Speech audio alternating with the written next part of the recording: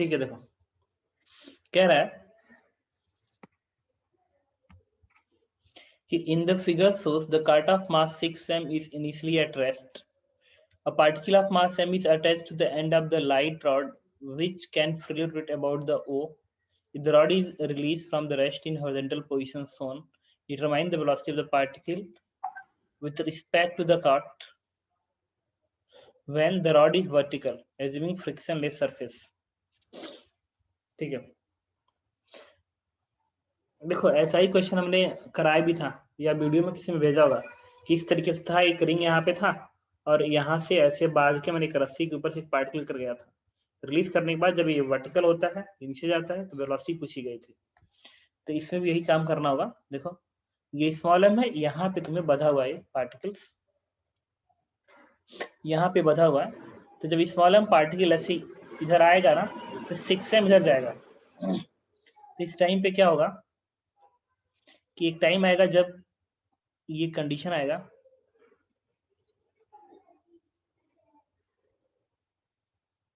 Small M यहाँ पे आ गया, तो इसकी वेलोसिटी मान लो v1 है, ग्राउंड फ्रेम में मान लिया, और जो 6m का मास है इसकी वेलोसिटी मान लो v2 है। तो सिस्टम पे लगा देंगे मोमेंटम कंजर्वेशन। तो इनिशियली दोनों पार्टिकल रेस्ट में थे, तो इनिशियल मोमेंटम सिस्टम का 0 होगा, फाइनल मोमेंटम इस 6m इंटू v2 बनेगा, और नीचे वाला पार्टिकल का -m इंटू v1 बनेगा। सारी वेलोसिटी ग्राउंड फ्रेम में है। इससे इक्वेशन क्या बन गया, इक्वेशन नंबर 1 बन गया। फिर यूज करेंगे एनर्जी कंजर्वेशन। तो जो स्मॉल एम पार्टिकल है जब नीचे को आ रहा होगा तो इसकी पोटेंशियल लॉस करेगी, जो पोटेंशियल जी लॉस करेगी बेसिकली वही किसमें कन्वर्ट होगी, काइनेटिक एनर्जी में। अब किसके काइनेटिक एनर्जी में, दोनों पार्टिकल की काइनेटिक एनर्जी में लॉस आएगा। तो ये जो स्मॉल एम पार्टिकल है, ये स्मॉल एम पार्टिकल है जो कि यहाँ से यहाँ तक आ रहा है, तो इसकी पोटेंशियल लॉस होगी mgh। mgh जो होगा वो जाएगा gain in kinetic energy of both. तो half small M into v1 का square plus half 6m into v2 का स्क्वायर। क्वेश्चन नंबर 2, इस दो इक्वेशन को सॉल्व करोगे आंसर आ जाएगा। ठीक है, यही किया था सर, इससे आंसर नहीं आया था। सॉल्व करो पहले। देखो इसमें उन्होंने पूछा है विथ रिस्पेक्ट टू कार्ड, तो v1 है v2 है ना, तो with respect to cart velocity क्या आएगी, v1 प्लस v2 आएगी विथ रिस्पेक्ट टू कार्ड। तो ट्रक के फ्रेम पे जाओ और पार्टिकल को देखो, जब पार्टिकल को देखोगे ट्रक के फ्रेम में तो v2 रिवर्स मिलेगी, तभी v1 प्लस v2 बेसिकली निकालना होगा। सॉल्व कर लो, तो 2gh बनेगा v1 square plus 6 v2 square.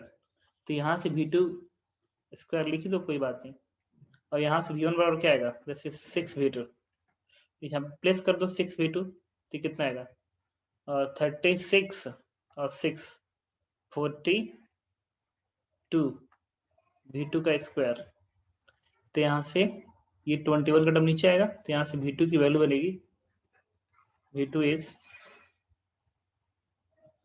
1/21 का अंडर रूट gh, और ये v2 आ गया, v1 क्या आएगा 6 का टर्म आएगा, v1 आएगा 6/√21 gh। तो v1 प्लस v2 कितना आएगा, दोनों को जोड़ दो, तो आंसर विल बी 7/√21 gh। बताओ सर मेरा भी यही आ रहा था, लेकिन ये ऑप्शन मेरा अवेलेबल नहीं था। ये ऑप्शन में बताओ क्या था, ऑप्शन है नहीं मेरे, ये आना चाहिए 7 है ना, तो बनना चाहिए 7/3 gh, ये आंसर आना चाहिए।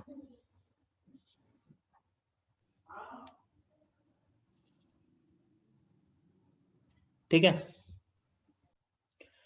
देखो इस क्वेश्चन में कह रहा है कि a small ball of mass m is released from rest from position P inside the frictionless circular groove of radius 2 meter on the fixed inclined plane as shown in the figure. The contact force between the block and incline at a point Q. Point Q पे पूछ रहा है contact force कितना होगा, frictionless circular groove, frictionless circular groove है। ठीक है, तो इसमें दो तरह का फोर्स आएगा, एक तो कांटेक्ट फोर्स पता करें तो टुवर्ड द सेंटर जाएगा फोर्स, नॉर्मल डायरेक्शन बनेगा, और एक किस इंक्लाइन के परपेंडिकुलर आएगा, इस तरीके से बनेगा N2। इसलिए क्योंकि ग्रुप जो होगा वो मान लो इस तरीके से ग्रुप है ना, ये ग्रुप है, तो एक ऐसे होगा, एक नीचे सरफेस होगा और एक बॉडी वाला सरफेस होगा और एक ऊपर वाला होगा। ग्रुप ऐसे आता है ना, ऐसे ऐसे। जब पार्टिकल यहाँ पे रगड़ खा रहा होगा तो इसको दो जगह से फोर्स मिलेगा, एक तो इस सरफेस से मिलेगा टुवर्ड द सेंटर, और एक नीचे वाला सरफेस है ना उससे मिलेगा, परपेंडिकुलर मिलेगा। अब जो भी सर्कुलर मोशन है इस पार्टिकल का वो इस प्लेन में है, इस प्लेन में इसके तरफ है। इसकी एबीडी में एक mg नीचे को दिखेगा, तो इसमें क्या होगा, अब ये इंक्लाइन है, तो अगर इस इंक्लाइन को मैं एक बार फिर ऐसे बना लो, इस तरीके से बना लो, तो मैं mg को नीचे पर दिखाऊंगा, N2 वाला फोर्स मैं ऐसे दिखाऊंगा, और ये N1 है, बेसिकली तुम्हारा N1 यही है, और ये जो एंगल आएगा दिस वन इज 30 डिग्री। तो मोशन जो हो रहा है इस पार्टिकल का वो तो इस तरीके से हो रहा है, ऐसे हो रहा है, परपेंडिकुलर तो हो रहा ही नहीं रहा है, तो परपेंडिकुलर नेट फोर्स 0 होना चाहिए। तो N2 should be balance by mg sin 30 degree, mg sin 30 degree, तो वैल्यू हो गई mg/2। इसके बाद N1 को बैलेंस करना है, तो N1 होगा mass m into v square by R, इस पार्टिकल की स्पीड अपान रेडियस दिया गया है 2 मीटर क्वेश्चन में, तो 2 से डिवाइड कर देंगे। अब v निकलेगा तब आंसर आएगा। v पाने के लिए मैंने यहाँ से पार्टिकल जब वापिस यहाँ पे आ रहा होगा, यहाँ पे आ रहा होगा, यहाँ पे आएगा वो cos 6 तो भी mg cos 30 बनेगा, ठीक है, तो बनेगा mg√3/2 बन जाएगा। और ये जो है जब पार्टिकल यहाँ से यहाँ तक आएगा तो जो पोटेंशियल लॉस होगा वही तो गेन इन कैंडिडेट आएगा। इसका मतलब था पार्टिकल यहाँ पे, अगर इस डायग्राम को मैं इधर बना लूं, ऐसे बना लूं, तो पार्टिकल था यहाँ पे, पॉइंट P ये है, और आ गया पॉइंट Q पे, यहाँ पे आ गया, तो ये कितनी दूरी होगी, ये 4 मीटर के बराबर दूरी होगी, ठीक है। तो mg sin थीटा ही वर्क करेगा बेसिकली, तो mg sin थीटा कितना होगा, mg sin 30 डिग्री का जो वर्क डन आएगा वो 4 मीटर आएगा, 4 मीटर मल्टीप्लाई कर दिया, change of candidate it is half m v का स्क्वायर, इनिशियली 0, यहाँ कैंडिडेट 0 है और यहाँ कैंडिडेट स्पीड भी मान लिया, तो energy half m v square लिख लिया, ठीक है, हाफ m v स्क्वायर लिख लिया, और ये mg sin थीटा का वर्ड लिख दिया। एक ही बात है, पोटेंशियल को लॉस mg sin थीटा का वर्ड बराबर आता है, तो यहाँ से जाएगा 2 का टर्म है, तो यहाँ से mv स्क्वायर बाई 2 की वैल्यू ही मिल गई, दिस वन इज 1/2, 2 mg आ जाएगा यहाँ से, दिस वन इज 2 mg, तो ये जो mv स्क्वायर बाई 2 है दिस इज 2 mg, 2 mg। तो जो भी नेट फोर्स होगा वो क्या होगा, n1 स्क्वायर, ये n1 ये n2 दोनों ही, तो ये लगा रहा है contact force between the block and incline plane at point Q, तो जो इंक्लाइन प्लेन हो n1 n2 के रिजल्ट लगाएगा, तो under root of n1 square plus n2 square कर देंगे, n1 स्क्वायर प्लस n2 का स्क्वायर का अंडर रूट करेंगे, तो करो, तो यहाँ से कितना आएगा, mg कॉमन आ जाएगा, ब्रैकेट बनेगा 4 और यहाँ से आएगा 3/4, तो आएगा 16 3 19, तो कितना बनेगा, mg/2√19 बनेगा, ये 3/2 है ना, तो 3 बटा 4 बनेगा, 2 4 4 से को 16 3 19। बताओ इसका ऑप्शंस क्या था, सर √7 mg आंसर है।